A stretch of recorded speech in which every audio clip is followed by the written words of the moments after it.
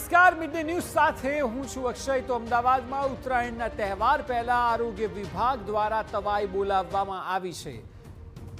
ચીજ વસ્તુઓમાં ભેળસેળ કરતા વેપારીઓ પર તવાઈ બોલાવાઈ છે। ઊંધિયું, જલેબી વેચતા વેપારીઓને ત્યાં સઘન તપાસ થઈ રહી છે।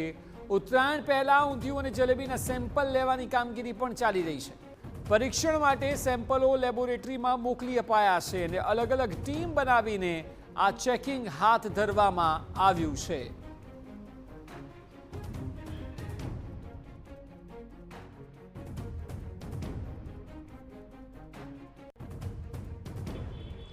ઉત્તરાયણના પર્વ નિમિત્તે કરોડો રૂપિયાના ઊંધિયું જલેબીનું વેચાણ થતું હોય છે, ત્યારે ફરસાણના વેપારીઓના ત્યાં જ્યાં ઊંધિયું જલેબીનું વેચાણ થાય છે તે જગ્યા પર કોર્પોરેશનની અલગ અલગ હેલ્થ વિભાગની ટીમ દ્વારા સેમ્પલ લેવાની કામગીરી કરવામાં આવી રહી છે।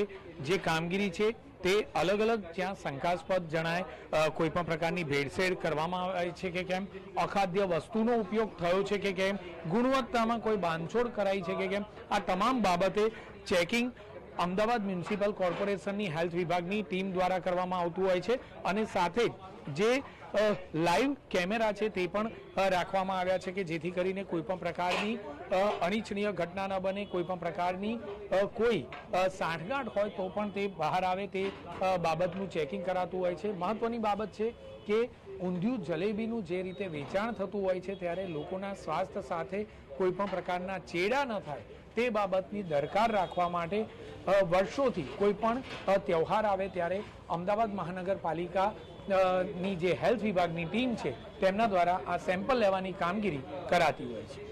કેમેરામેન અરવિંદ સોલંકી સાથે જિગ્નેશ પટેલ, TV9 અમદાવાદ।